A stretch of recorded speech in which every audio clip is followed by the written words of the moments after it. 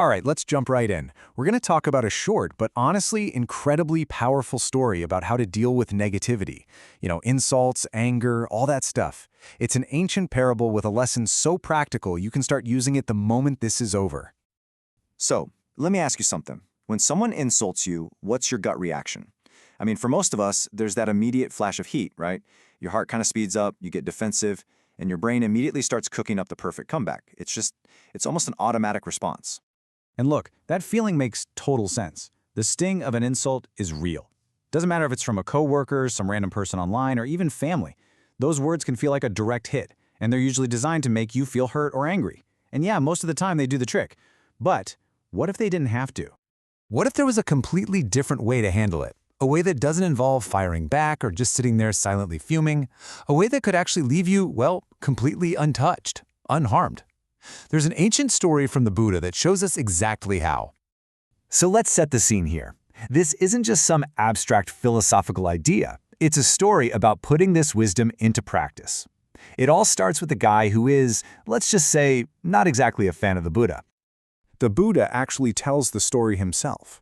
This man, he hears about the Buddha's reputation for being compassionate and kind, and he decides, I'm going to test this. So he goes and just unleashes a storm of insults right to the Buddha's face. And what does the Buddha do? He doesn't argue, doesn't get defensive, doesn't get angry. He just stands there in complete silence and lets the man say his piece. Now, the real power here is in that silence. It's not passive, It's a very active choice. And only after the man ran out of insults did the Buddha calmly ask him a question. And this is the pivot point of the whole story.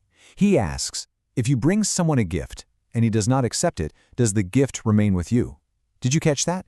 He didn't call it an attack. He didn't call it an insult. He called it a gift. The man, probably a little thrown off by this simple, logical question, he has no choice but to agree. Well, yeah, it does. Of course it does. If you try to hand me a present and I say no thank you, I don't have it. You're still holding it. It's just simple logic. And that right there, that perfectly illustrates the core idea here, the unaccepted gift. This is a mental model that completely flips the script on negativity. It reframes an insult not as a weapon that automatically hits you, but as an offering that you have the complete and total power to either accept or refuse. Let's just break this definition down. The key words here are optional offering. An insult only gets its power over you if you let it in, if you take it from the other person and make it your own problem. But if you choose not to accept it, it never becomes your burden to carry. It simply isn't yours. So this really builds into a simple four-step process in your mind.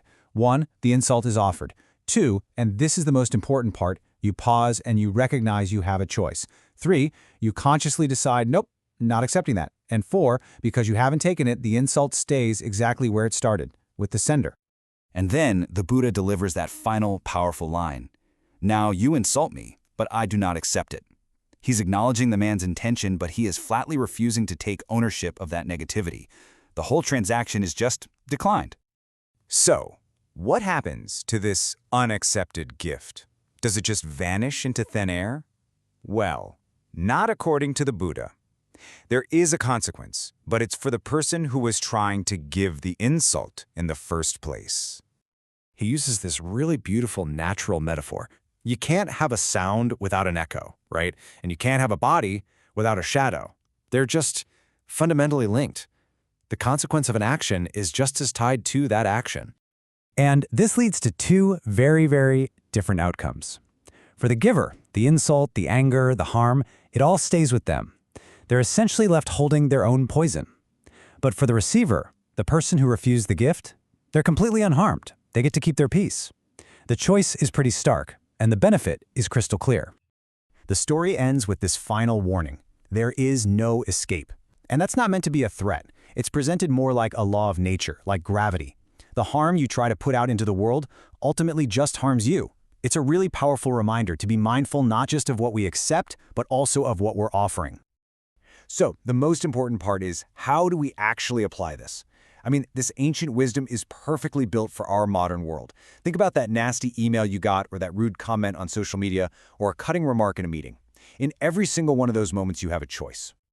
So let's just boil it all down. What are the key takeaways from this amazing story? First, You can't control what other people say or do, but you absolutely can control what you accept into your own mind and your own heart.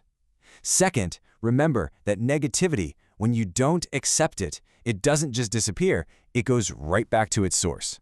And what that all means is that your peace of mind is, and always has been, in your own power.